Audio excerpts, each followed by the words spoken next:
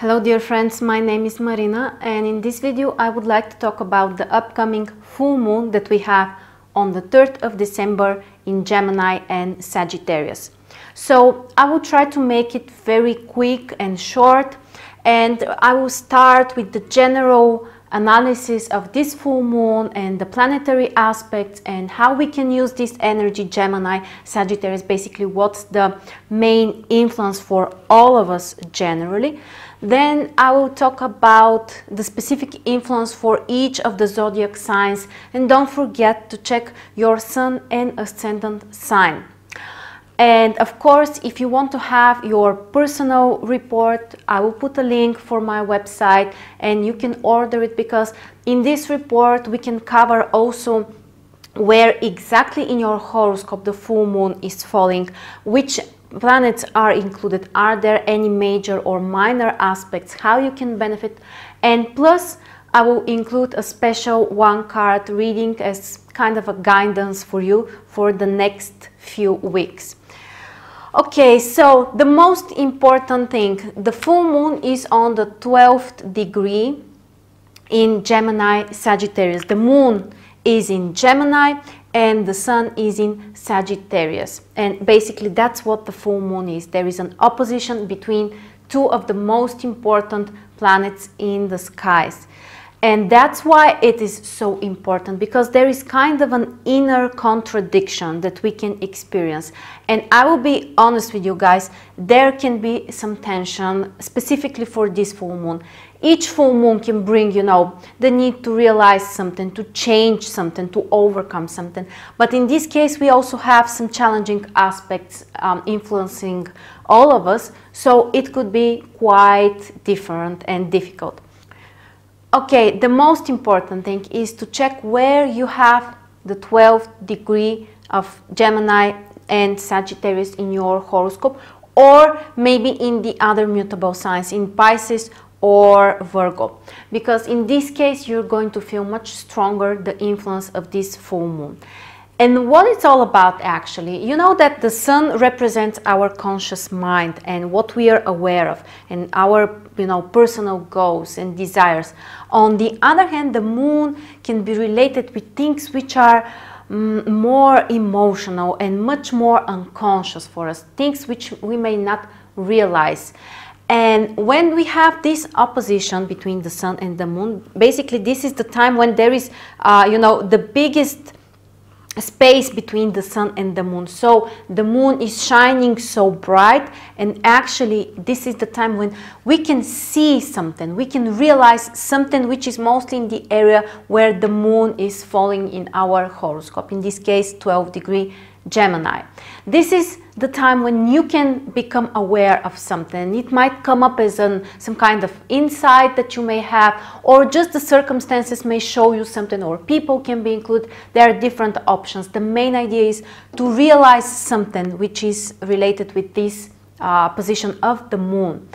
The other thing which we can do on a full moon is also to achieve some kind of material results, because the moon is the most material planet. It's very common, people think that Saturn is the most material planet, but it is not. The moon is the most materialistic planet in astrology, and that's why you need to have the moon you know, in a strong position, or you know, triggered by some transits or progressions when you want to achieve some material results. And the same is true with the full moon. Where the moon is falling in your horoscope on the full moon, this is the place in your horoscope or the life area where you can achieve some material visible results. So that's very important. And of course, Gemini and Sagittarius, this axis actually defines the main things which are important for all of us. And this is about, mostly about our goals. You know that there is of course a difference, because Sagittarius is related with the future, with how we see things in a long perspective and our, you know, long-term goals. On the other hand, Gemini is the sign which is related with the present situation, with the small things, with the small steps that we are planning. So it's like what we are doing today in order to achieve our goals in the future. And this is the time when we may need to change something in that area. Maybe you have some future long-term goals, but you're not doing the right things in the right moment today in order to get what you want. So now is the time to think about those small things and change something and concentrate on some ideas and, you know, brainstorm if you want, and find out what you have to do and change today. So it's about being present, living in the current moment. That's very important for Gemini, actually. Not only to think about the future, to plan some long-term future goals, but also think about which are the small steps actually that you can take today. Of course, matters like education can be very important as well. Knowledge, experience, or even traveling. All of these topics are really important, and this is the time when you can make some plans or especially change something about them. Don't forget that Mercury is still retrograde. It will be retrograde until the 23rd, around the 23rd of December. So this is the time when we may need to change something in our plans. Maybe something, you know, the circumstances require from us to change something. It may not be something about, you know, starting something completely new, more about focusing on the past, maybe restarting something, maybe realizing some kind of, you know, something which is related with your past. Okay, so now let's talk quickly about the aspects that we have, and you can see actually the position of all of the planets where they are placed right now on this full moon. And of course we mentioned that we have this opposition between the sun and the moon. Basically this is the most important for the full moon. The next most important planet here in this situation is Neptune. Neptune, which will square, Neptune, you know, is in Pisces, and it will square the sun and the moon at the same time, and the aspect is so exact. The orbit is, I think, less than 1 degree, so the influence is extremely powerful and strong, and it is challenging. You know that the squares are challenging, and the squares by Neptune, they are related with some kind of unrealistic expectations, some kind of illusions. Sometimes things which we have dreamed about, we have imagined, but now the square requires from us actually to become more grounded, to become more realistic about our future plans and goals. And sometimes it could be quite disappointing. This is the truth, that, you know, sometimes it is painful to realize that the things that you have dreamed about are just not going to happen, but you know, it helps you actually to move in the right direction, to start doing the things that are really possible, that you really can achieve. So yeah, Neptune is making this challenging aspect. The other important aspect is Venus. Venus, which will be in conjunction with the Sun. So I will mark the planets which are included actually. So we have the Sun and the Moon. Of course, next we talked about Neptune, which makes this challenging aspect. Then we have Venus, and Venus is in conjunction with the Sun, which means that it is also in opposition with the Moon. The aspect is not so exact, but the influence is still important. And Venus, you know that this is the planet related with our emotions, with relationships, with partnerships and everything which is related with our emotional life. So this is the time when you may need to change something in terms of your relationships, maybe your plans, or how you see your future with your partner. Something like that can be changed. And this is really about the future, because the sign is Sagittarius and Venus is in Sagittarius as well. So this is the time when you may need to change something. Emotionally, they can be tension, definitely, because we have Venus and the Moon, the two female planets which are in a challenging aspect configuration. So emotionally there can be tension for all of us, and we may need to really change something in order to feel better. Okay, so the next aspects are related to Mars, and Mars is actually in the last few degrees of Libra, and it will make minor but challenging aspects with the Sun and the Moon.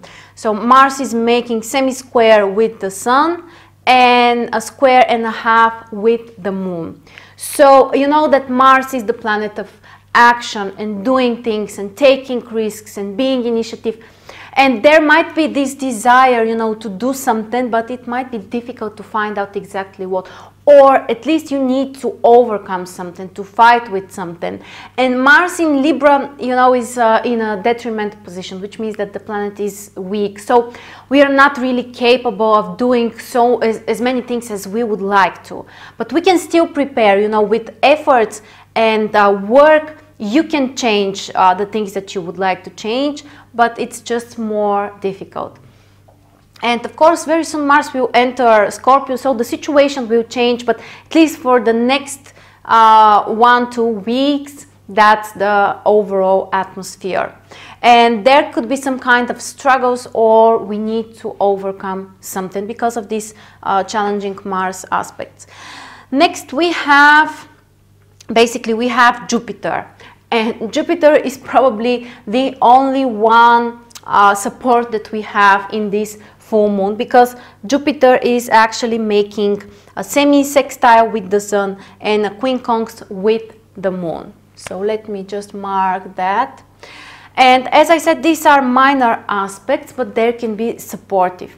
And especially the quincunx, yeah, this is one of the most interesting aspects in astrology, because it's related to first overcoming some kind of challenges and difficulties, and then receiving the benefits and the positives from all of that. So Jupiter can help us, and keep in mind that Jupiter is basically the ruler of Sagittarius, so the aspect is really important. And it can help us to concentrate more, to think about, you know, to be a little bit more optimistic. With all these challenges with Neptune and Mars and Venus, it could be quite difficult for us, but Jupiter is helping. Jupiter is supporting us to see things, you know, the future perspective about the things, to be able to see the positive side of the situation. So it could be really, really helpful, especially in that overall difficult situation. Okay, so that's the most important for the full moon, about you know, which is general for all of us. Now I will say just a few words about each of the zodiac signs, and as I said, make sure that you are listening both to your sun and ascendant sign. And we are starting with Aries. For Aries, the moon will be in 3rd house and the sun is in 9th house. So it's about changing something related to your education, something related to your plans, or the small things that you're doing, the small tasks, something related to communications, or maybe friendships. And it will help you actually to achieve your future goals, which are related to 9th house. Then for Taurus, the axis where we have the full moon is 2nd and 8th house, which is the axis related with resources and finances. So this is the most important topic for them. The moon is in 2nd house, so it means that you may need to change something about your personal resources, or how you're spending money, or how you're, you know, planning maybe some expenses, even doing some expenses. But this is the area. So 2nd house is where you need, or you will want to make these changes about personal resources and finances. For Gemini, of course, the full moon is extremely important because it affects their 1st and 7th house. So the moon in 1st house suggests that you need to change something which is really personal, something about your plans, about your actions and goals. And it could be related also to the area of relationships, because we have the sun in 7th house, but the change will come from you and by you. So you need to change something for yourself or in yourself. This is really, really important for you. Then for Cancer, the full moon is in 6th, actually in 12th and 6th house, which means that the area of work can be very important. Maybe you need to find the balance between how much you are resting and how much you are working. There can be kind of a, a breakthrough in terms of some psychological matters. Maybe something from your unconscious mind might come up on the surface, and you may realize it, and that's the time when you can change it. But it's kind of a more spiritual, more, things which are more invisible can change, which means that they're more on the inside, because the moon is in 12th house. Then for Leo, the full moon is in 11th and 5th house. This is the axis related with your social activities, and especially 11th house is related to friends and groups of people. So maybe you need to change something about your friendships, or maybe you need to realize something about your goals, or maybe your ideals, or maybe some causes that you are fighting for. But mostly this is related to your social life. Then for Virgo, the full moon is in 10th and 4th house, which means that this is a very important full moon. It affects the cardinal axis in your horoscope. And the moon in 10th house suggests that you can change something in terms of your career, something about your reputation, maybe about your work, or at least your goals and plans for the future in terms of career and work. Then for Libra, the full moon falls in 9th and 3rd house. So this is the time when you may change something about your long-term plans. The moon is in your 9th house, so you can change how you're planning your future, or maybe something about education, especially if you're a student, especially if you're at the university, or maybe something in your philosophy, what you believe in. So that's quite an important, at the same time, supportive position, because it makes trine with your own, the moon basically is making trine with your own sign, so you can use it in a very productive and positive way to change something about your perspective for the future. Then for Scorpio, the full moon is in 8th and 2nd house. The moon in 8th house suggests that something related to mutual finances and resources could change, especially if you want to take a credit or to get support from other people financially or with some kind of resources. This full moon can activate this topic and can bring some kind of material realization of this topic. You may also need to change something, maybe, find a new bank, or, find some more positive circumstances for you. But mostly this is related, as I said, to your resources. Then for Sagittarius, of course, the full moon is extremely important because it falls on the cardinal axis in your horoscope in 7th and 1st house. And the moon is in 7th house, which means that you can change something in terms of relationships, something related to your partner, or maybe you can realize that you have some different plans for you and your partner about your mutual future. But mostly the change will come either from your partner or from your attitude towards him. But anyway, this is one of the most important full moons during the year for you. Then for Capricorn, the full moon is in 6th and 12th house, and this is about changing something in your work. Maybe something about your plans or about your daily routines. This is also the axis related with health. So you can change something in your health regime, in your diet, or you can the balance between how much you're resting, how much you're working needs to go through some kind of change in order for you to feel more productive and to do more stuff. And then we have Aquarius. For Aquarius, the full moon is in 5th and 11th house. The moon in 5th house suggests that you may need to change something in terms of your personal plans and desires, because 5th house is about your personal desires, what you want to do for yourself. Of course, this is also related to creativity and art, so maybe if you have some plans about it or some projects, this might be the time when you can achieve some material results, or you may need to change something about that. Of course, fifth house is also related to our romantic life, so maybe you need to change something in this life area, or you can achieve some results. Maybe you can realize that you want a new partner, or you know, your partner would like to change something for you. But mostly this is about, as I said, love and creativity, and of course children. If you have your own children, this might be the time when you need to change something, or something in their lives can change, which is, you know, more important. And finally, we have Pisces, and for Pisces, the full moon is in 4th and 10th house, which means that this is also very important. This is one of the cardinal axes in the horoscope. So for Pisces, this is the time when they may change something in terms of their home and family and property issues.